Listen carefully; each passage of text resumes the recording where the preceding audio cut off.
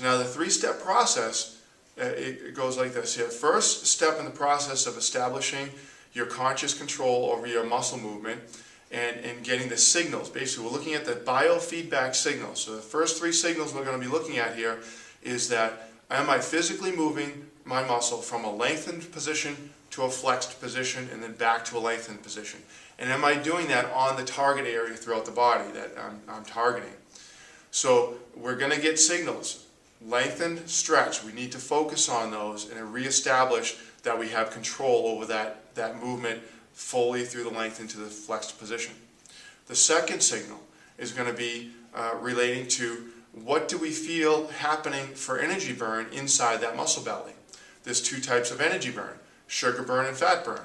So if we're sensing and we're getting signals that we're burning a sharp burn from fast twitch muscle, then that means we're burning sugar. The sharper the burn, the more sugar burn. If we're feeling that we're burning just a warm burn but we can sustain it, then that's going to be fat burn.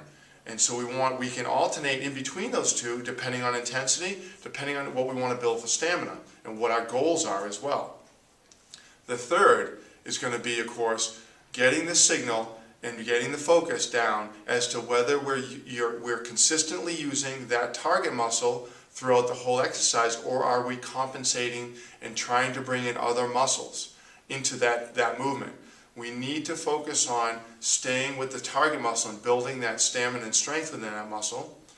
Otherwise, if we start compensating, we're developing improper muscle patterning, and we could increase our risk of injury in the joint or the area that we're working if we start using the wrong muscle pattern.